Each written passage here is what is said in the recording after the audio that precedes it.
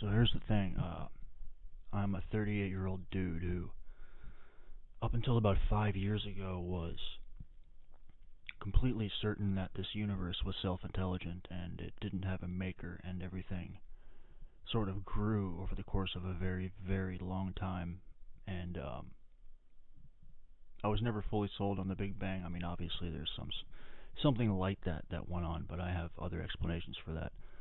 I'm also a dude who, at the age of 17, at a party in the back, met a girl who was very Christian, and I debated her, and by the end of it she was crying, and I was actually proud of that. I was so well versed in the arguments against the idea of a centralized creative force of this universe who was an actual being. But now it's the exact opposite, and not only that, I can easily refute and argue against those arguments that I had when I was 17. Good God Almighty and Jesus Christ. Those words, those things go like this. You can build as a feature into this universe self-intelligence. In fact, I've said this before.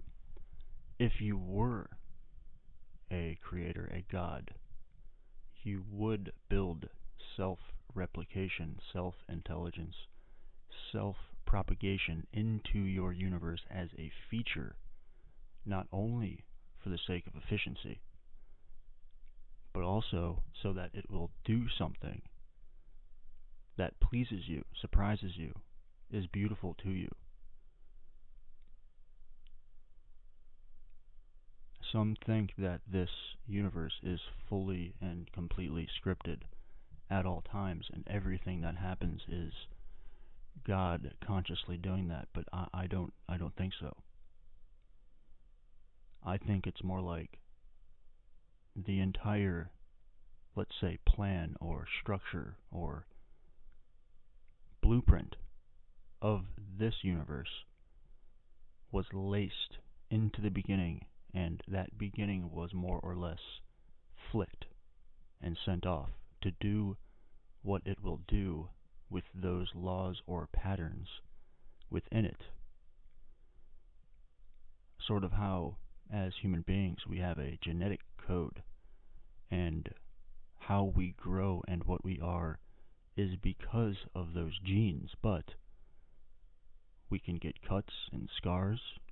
We can do things that change how we would otherwise grow. There's an infinite number of ways that we could grow and change. So from the moment of our birth, our genes don't determine everything, but they are the facilitating structure. They are most of what happens. They are a great portion, you could say at least half. It's the classic nature versus nurture, and it's always both. So you get to the situation where, as I've said, the thing I don't know is what iteration this is, what universe number this is, how many times this God, creator, has done this. And I'm more inclined to say that the expansion and the contraction of this universe is more like the expansion and contraction of consciousness. For all we know, the expansion of the universe is akin to the mind of God as he wakes up in the morning and starts his day. And during that time, the universe has form and shape and is. And when he goes to sleep, it falls back into its limitless potential, formless, and contracts and collapses back in on itself. For all we know, universe cycles are a day cycle for this God. And that is a better explanation for the idea that it's hard to pinpoint a beginning. It's hard to say there's a Big Bang, and then the question is inevitably, Well, who did that? Who started that? Who put that there? The idea that it continues to expand and contract in conjunction with the awareness of some being seems more fitting, because in that you can have on off over and over again, multiple cycles. But this particular cycle, this is what happened, and Earth is here, and we are here. And we are the third tier of, let's say, being. Obviously the first is God. The second is the other beings that he's made or is with, who provide him counsel, company, who have wills of their own, who do things that aren't completely under God's control. Just like us, we are specifically given a will that's free, so that we may love or hate God and this universe of our own accord. And we're the third level, so think of it like this. Once human beings were put on this earth, this second tier of being, these angels, these soldiers, whatever you want to call them, noticed that and saw for the first time that there was an entity that they could rule over. For the first time, there was more than just God and these angels. There was now humans. And a group of these angels took that chance and went to Earth and rebelled, and God let it happen, in part knowing that all of our wills are free. So God thinks, let's see what they'll do. And of course, humanity, hook, line, and sinker, forgets completely about God and worships these so-called deities. And there's a huge, long period of time on Earth where that's the state of affairs. I mean, many cultures across Earth have all sorts of mythical stories about all sorts of gods who were on Earth for all kinds of reasons, and different gods of different things who taught humanity this and that, interacted with humanity. And humanity procreated with these things and made other entities altogether. And after a long enough period of time, there was only one man who remembered God, and that was Enoch. And it just so happens that he is the grandfather of Noah, who is the one who is allowed, basically, to let live. Because things get so bad on Earth. There's mass cannibalism. It's so poorly managed. There's so much war. All these deities are fighting amongst each other in their fiefdoms, their different kingdoms. And God says, well, they chose their path, and I have to reset it. There's no going back. There's no changing this any other way. I will reward the few, the one who remembered me, and I'll start over. And so that's what happened. And Earth was flooded. The reset button was hit.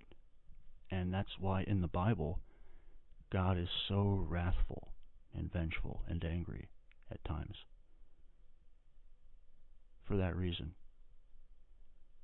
Because not only did we buy it, we went deep into it, like full-blown worship and procreation and just deep commitment to worshiping something besides God.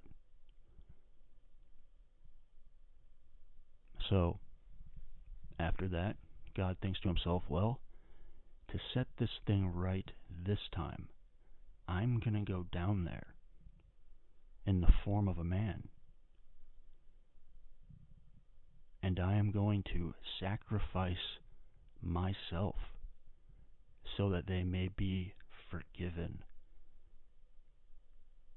And of course, forgiven for completely forgetting about him. Not only did he go down there for that reason, but it was also to permeate his name so that he would not be forgotten, so that 2,025 years later, I would be sitting here talking about it like it happened yesterday. And when God came here, he didn't know who he was until he was like in his mid-30s. Michael had to come down and like tell him. But once he knew, he knew. He knew he was going to die. He knew everything that was going to happen. And he let it happen exactly as he did when the angels rebelled the first time.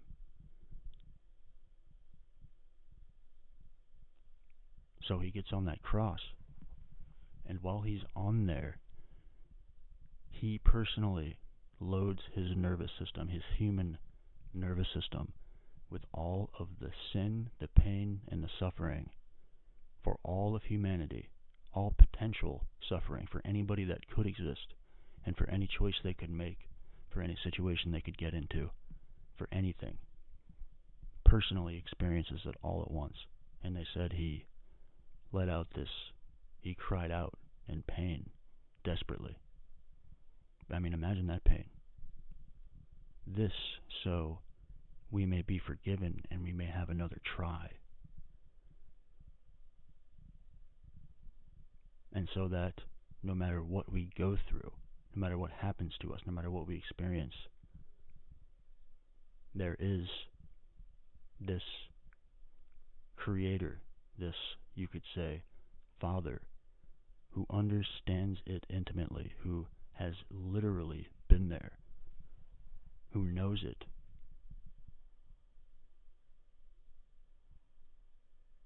So his name is permeated. And it works. And I say about Jesus, if not then when? Because it had to happen during the Roman Empire, when crucifixions were all the rage. It had to happen during that time because everything that happened, all the way down to the clothes he was wearing and how he rode into Jerusalem, was exactly how it was prophesied. So if not then when? At least for the first time, God shows up. This is why I say with certainty that was the first time. There are religions, even Judaism, who believe that he is still yet to come here for the first time. And the Christians believe that that's already happened, and when he returns it'll be the second time. And it just seems far, far more likely that then was the time to do it, because it was right after the flood. It was the time and point of redemption. It's the only timeline that makes sense. So I think and believe, because in the Bible it says explicitly that God is a jealous God. He actually gets jealous, which means he has the similar faculties, emotions, ways of interpreting behavior, relationships, the same way we do, which makes sense because if we are created in the image of God, we obviously have the same faculties. We have the same way of interpreting this world, the same lens. And you don't get jealous over a universe that you have fully determined, that you have full control over at all times. Jealousy is redundant if you have full control. If you have some little, toys or whatever, and you play with the toys and you have full control over what they do, and one of your toys starts, having some affection or whatever, or worshiping another one of the toys, you don't get jealous because you did that. The only way you could get jealous is if they have their own will. You see. And there's many, many moments where it's said in the Bible, many, many giveaways that God thinks, reasons exactly like we do. We are given the same sort of screen, the same sort of mental and psychological device to examine, interpret, and interact with this world only to a far lesser strength.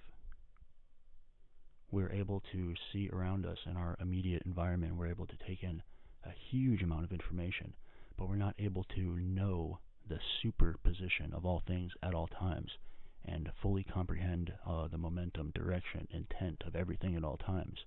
But we can do that on a smaller scale for one or two things at a time, enough to go on and interpret properly. And if you present God with a fork in the road, with a left and a right, with a situation, and you say, what will happen if I go through A and what will happen if I go through B? God can tell you exactly what will happen because He's aware of all things at all time, all intentions, all positions. He's aware of all things, so He can tell you exactly what will happen. But I don't think He, I think He intentionally does not determine what we do so that we end up in a situation where if we do love God truly, then it's because of our relationship. It's real. In the same way that if we had children and we could snap our fingers and make them love us, the love and affection and, symptoms of that love to us wouldn't be satisfactory because we would know that we just snapped our fingers and it's not real. They're just doing what I told them to do. But if your kid loves you because of your relationship, because they have a will of their own, then it's real. Then you feel it. And it's reciprocal. And that's how it is. You have complete and full control over your life. You make the decisions.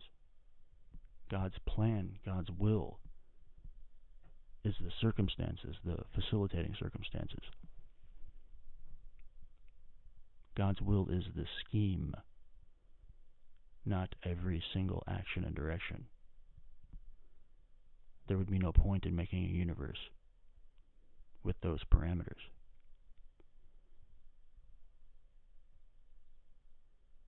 Even when you hate God, it's not because God did it. When a child is born with cancer, it's not because God did it.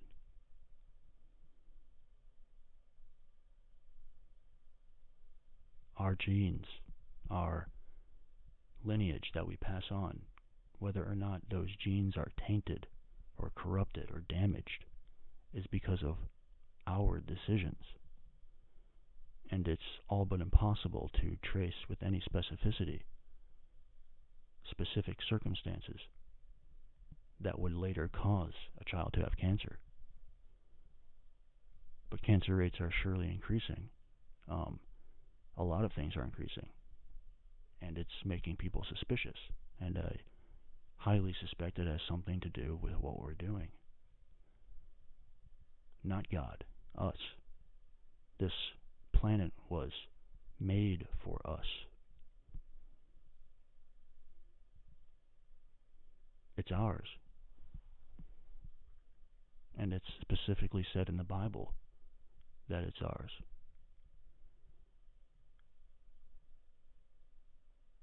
So, if you've gone through life so far thinking that it was a free-for-all, that you could just be bad or evil or leave this world worse than you found it, then you've made a huge mistake, man. You've made a mistake. Because that's not how it is. It's not random.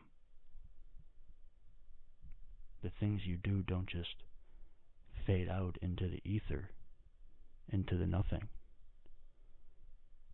All of it matters. And I promise you, your life is different, better, noticeably changed when you have a relationship with that which made this place.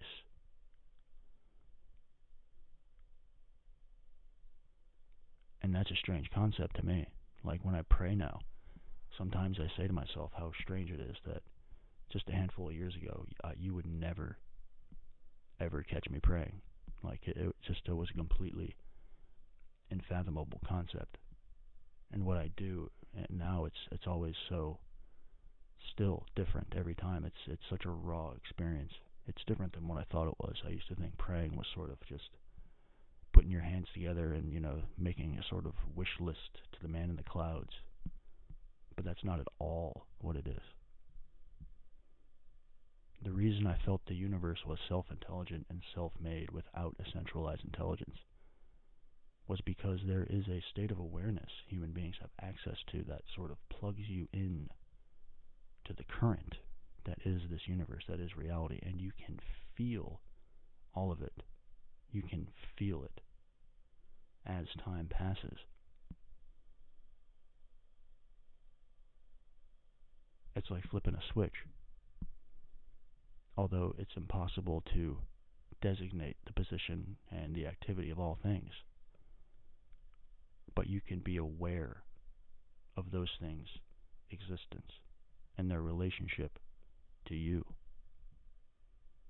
in a very, very basic way.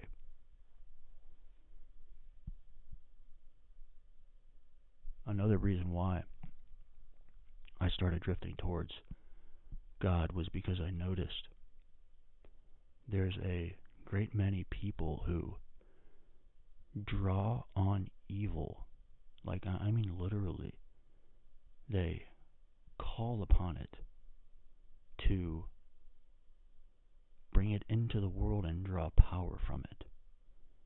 There are people on earth who are doing very shitty, evil, overtly evil things to other people. And this is more than just, the lion hunts down the hyena and, grabs it by the throat and kills it and eats it. Like, that's not evil.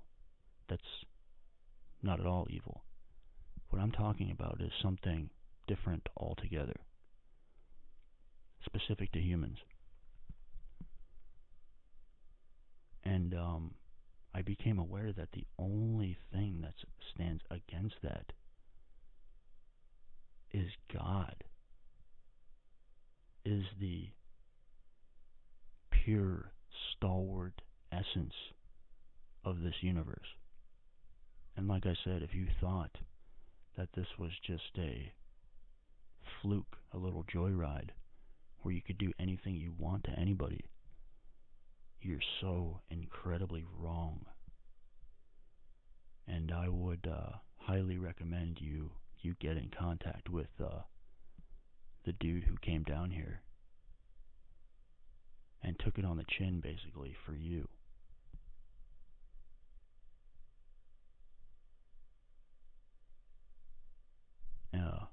It's an incredible story to me. I mean, it's like, when I think about it, actually, it makes me kind of, emotional to even think about that, because I put myself in that position. If I created a universe, if I had a little aquarium where I had, the powers of God over this aquarium, and I could make all kinds of things, and I ended up making little people, little humans down there. And I imagine what it would take for me to become one of them and sacrifice myself for them, die and suffer for them. Like, how much I would have to actually care to do that. And it seems the Bible doesn't give us all the answers, but it gives us a lot to work with. It's not a scientific book. It's not like that at all. And a lot of the time, when I hear sermons, it's mostly about, worship. It's mostly about reminding you of your subservience. Very rarely do I hear a preacher or a priest or whatever tell the actual story, because to me, that is the most gripping, most interesting story like ever told that you could possibly tell. The idea that Earth is this place where humans were once doing something very, very different, where one man named Enoch, since he remembered God, he was allowed to have a personal tour of the universe. He went with Michael. And that tour took 365 years. He got a tour of heaven, and he got a look at hell, because back then it was originally called Sheol. And Michael gave him a tour of hell too, and he told him that this is for those who rebelled against God, and for those who identify with that spirit, those who identify with that spirit then and into the future. And human beings are always given a chance to be seduced by that again, and many, many do. Many do. It's in us, that 50-50, that good-bad thing. And it's there for a reason. Because we are living, breathing ratios of all things. We have this constant mass complex of ratios going on inside of us, and one of those ratios is innate, flat out, basic, good and bad, and evil. I've never seen true evil. I've never actually experienced it like up close, but people have told me stories. And apparently it hits you a different way when you see it. It resonates with you in a different way. It feels different than any other thing that a human being can involve themselves in. And it changes you. So,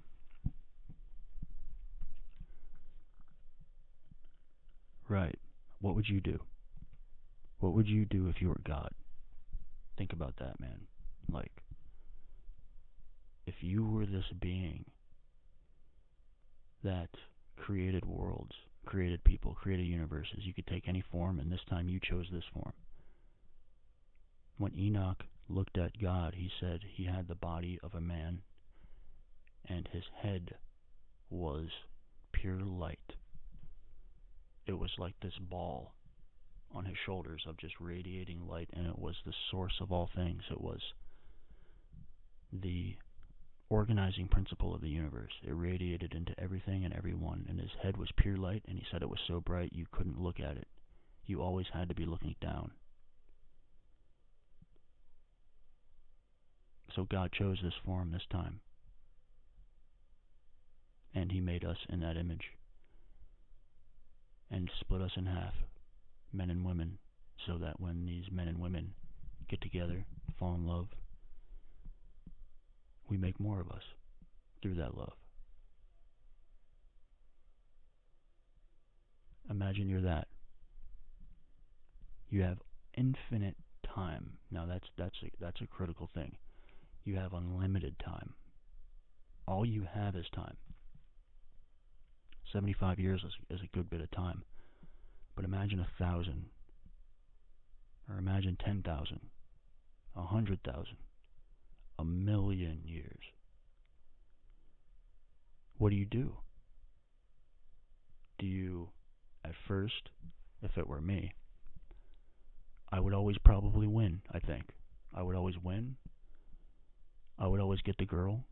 I would be rich, powerful. I would rule whatever dominion I was in, whatever planet I was on, or whatever. I would just snap my fingers, and this happened and that happened.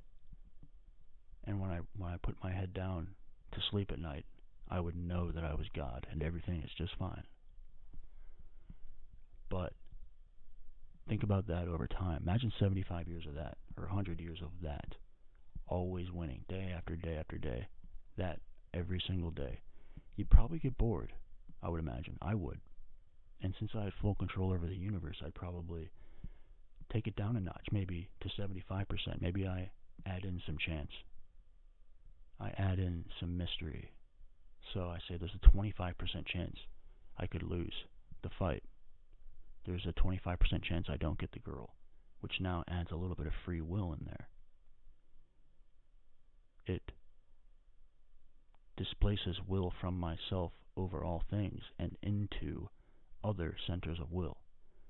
Suddenly now, there's this chance now, and it makes it more interesting. But still, when I lay my head down at night when I go to sleep, I know I'm God for sure, and I worry not. And imagine 1,000,000 years of that, 50 million years, 1 billion years. There's no way you're doing that forever, so you take it down again. You go to 50%. Now there's a 50-50 shot. It's a coin flip. Now, when I'm walking down the sidewalk, I might trip a little bit, because now my nervous system isn't in full and complete control. It's just mostly in control. And now I'm losing sometimes, but the thrill of the actual set of circumstances is starting to show itself. People are starting to turn me down. They're starting to treat me different. And I'm noticing the world has a little more agency as I give it away. And I'm liking that now. It's more interesting. Maybe I'm not completely rich, and when I still go to bed at night, I still know I'm God. So everything is just fine. So more time goes by, and I keep adding more and more and more until I get to the point to where I'm living in a universe exactly like this one. I get to a point to where my life is identical to a human life, where I have no idea of my godhood. I don't feel it. I don't know what the universe is. I feel alien. I know I have control over some circumstances, but I have no idea if I'll get the girl. I have no idea if I'll win. I actually feel anxiety now. There's actual fear being introduced. And I don't have dominion over anybody. I don't determine anything for anybody. Everybody else has their own will, including creatures. And suddenly, it becomes pretty easy to see how this is why things are how they are. Because you have unlimited time to fine-tune a life and how to get meaning out of a life. And at last, the gift of mortality comes into being, because if there's a chance that I could lose the fight, then there's a chance that I could die, which completely changes what life means. It completely changes what I do with my limited time while I'm here. Because the one thing God does not have, the one thing He lacks, is mortality. So it was given to us so that we may derive meaning from His universe, so we may feel, so we may understand what it's like to grow and age, become wise, and then slowly age and age and age until our time is done. But it's a gift, this universe. It's for us. Mortality is a gift. It's for us. Our will that is free is a gift. Our agency is a gift. Our intelligence, the way we interpret the world, the fact that Earth is as beautiful as it is, it's all for us. And the one who did this for us cares so much that He came here to give us a chance. And all we have to do is care enough to find out who He is and what He's all about.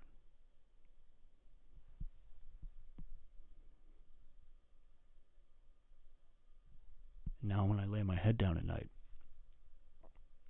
It's not that I don't know that I'm God.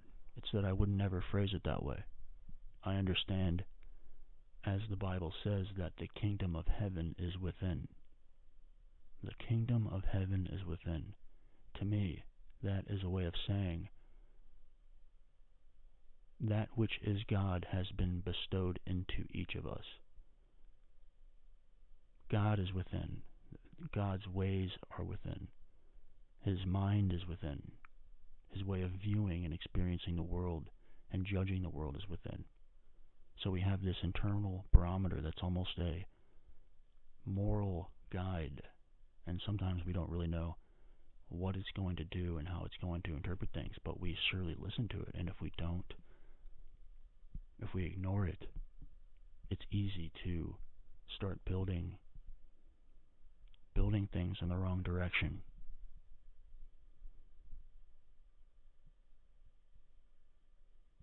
And I really think that God has the ability to basically plug into any person, any human being, and just sort of live within them, just quietly, just observing that silence within us, that crystal clear and pure blank slate that's at the center of all centers within us. I really think that's the eye of God, so that God may plug into us and live through us, so that he may forget, so that he may truly feel and believe as a mortal does, truly feel the meaning that we feel. And when he unplugs, he's like, wow, what a ride. What a ride to take things so seriously, to care so much, to feel such pain and such love. In this universe that appears as a place devoid of such things, where a human being is, meaning follows. Suddenly, there's meaning. And there's some people that we meet in life that we can just tell by looking at them, by hearing them, that there's something very deep that they mean. And that's a very rare thing. And I think you should follow that if you feel that, but yeah. I don't believe at all that this universe is determined. I believe the mechanics of it, everything else, maybe the celestial bodies, other things may have a course, but as far as human beings go, it's all us. That's why we're judged. How can you render judgment upon somebody unless they have a will that's free?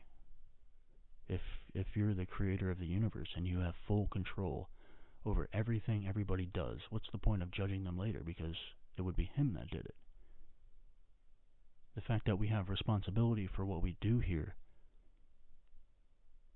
is every indication that we are completely free. I am a free man, you're a free woman or man. And what you do matters.